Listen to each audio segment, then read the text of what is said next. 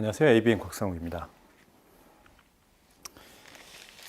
이제 홍수가 다 끝나고 하나님이 이 홍수 이야기의 종지부를 무지개로 장식하면서 마치셨습니다. 하나님이 노아와 그 가족들과 언약을 맺으시죠. 약속을 하셨습니다. 그러면서 그 증거는 이 무지개다 하면서 하늘에다가 무지개를 쫙 펴주셨습니다. 아마 이렇게 이 노아 가족들은 이렇게 오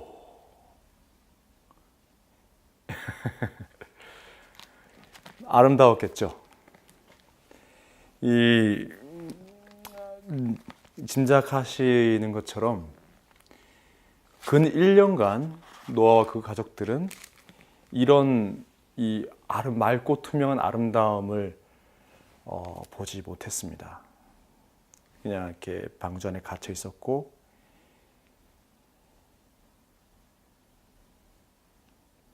이루 말로 표현할 수 없는 굉장히 힘든 시간들이었죠. 그런데 지금 아버지가 뭘 보여주시는 거예요? 맑고 투명하고 아름다운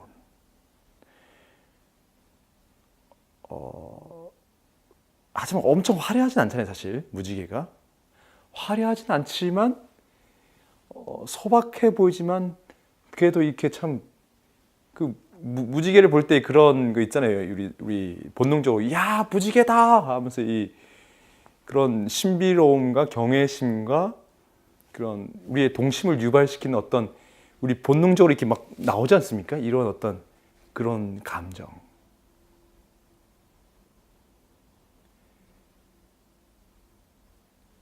너와 그 가족들이 이 무지개를 보면서 뭐 화를 내진 않았겠죠. 짜증을 낼 필요도 없었을 테고 아마 굉장히 신기하고 기뻤을 것입니다. 그 모습을 보면서 이 아버지 하나님도 이렇게 이때다 뭐 하시면서 또 이렇게 네? 또 달래주시고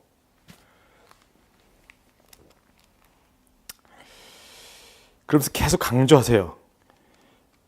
너와 나뿐만 아니라 이 생물들과 나 사이에 영원한 언약이다.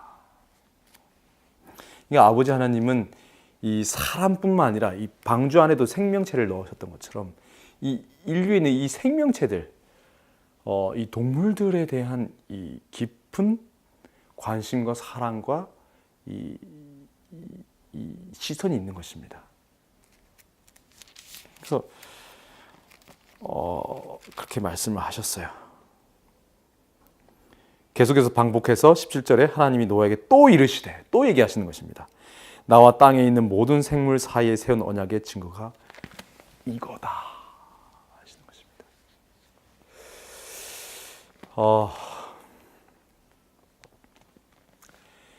사실 이 무지개는 세계적으로 좀 불미스럽긴 하지만 동성애자들의 이렇게 심볼 마크가 되어버렸습니다. 이렇게 그래서 무지개 문양을 갖고 있는 한번 미국이나 이런 곳에서는 이 사람은 동성애자들이구나 이렇게 표현합니다.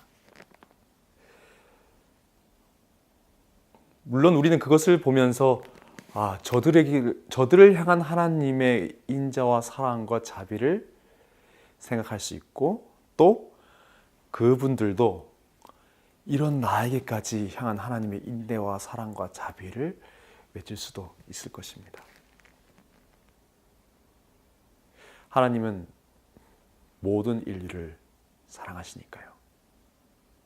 근데 우리는 그것을 다 더 넘어서서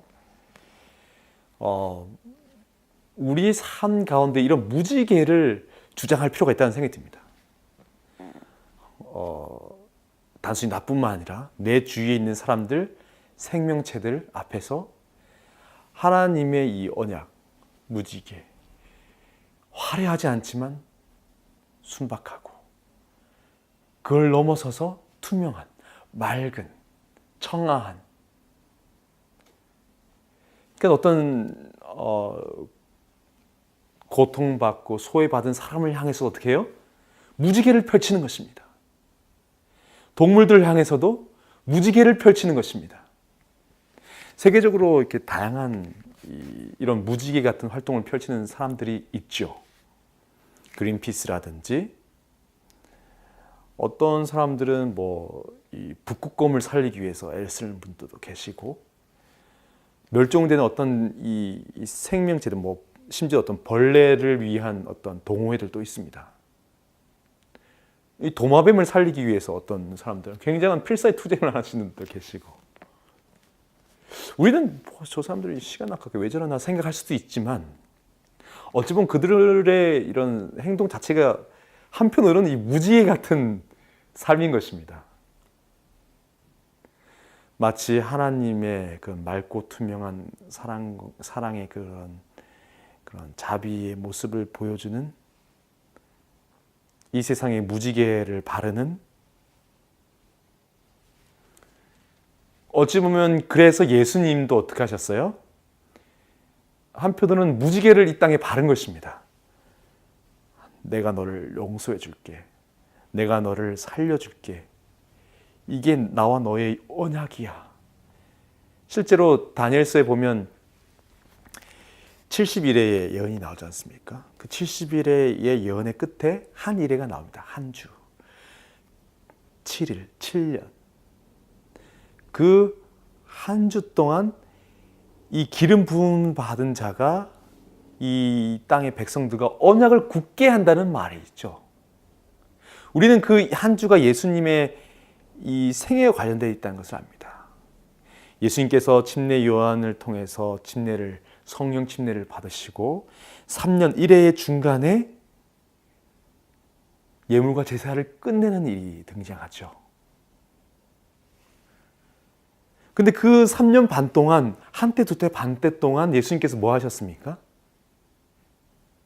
그리고 그 이후에 무슨 일이 있었습니까? 오순절 성령 이후에 스데반의 죽음까지 성령으로 충만한 사람들이 이 땅에서 한 일이 무엇입니까?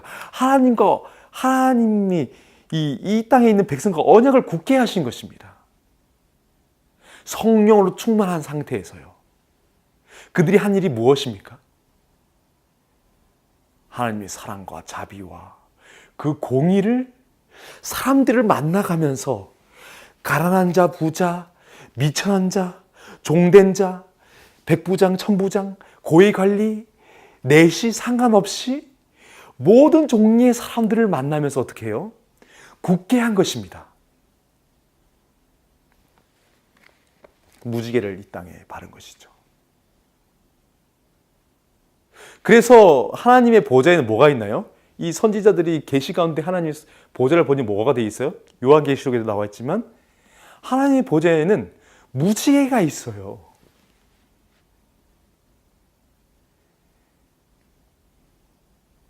인간과 맺은 그 언약. 그것을 잊지 않기 위해서 자신의 보좌에다가 무지개를 달아 놓으신 것입니다. 그리고 그 언약을 더욱 굳게 하고 분명하게 하기 위해서 이 땅에 실제로 인간의 몸을 입고 예수님께서 오신 것이죠. 그리고 그 제자들을 통해서 땅끝까지 가서 뭐 하라는 것입니까? 어찌 보면 이 무지개를 펴라는 것입니다.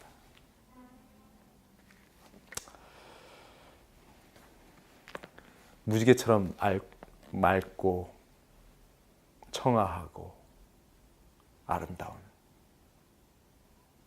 삶. 모든 인간과 그리고 생명체를 향한 하나님의 이 언약. 그 언약의 실행인으로서 청지기로서 우리를 지금 부르고 있는 것입니다.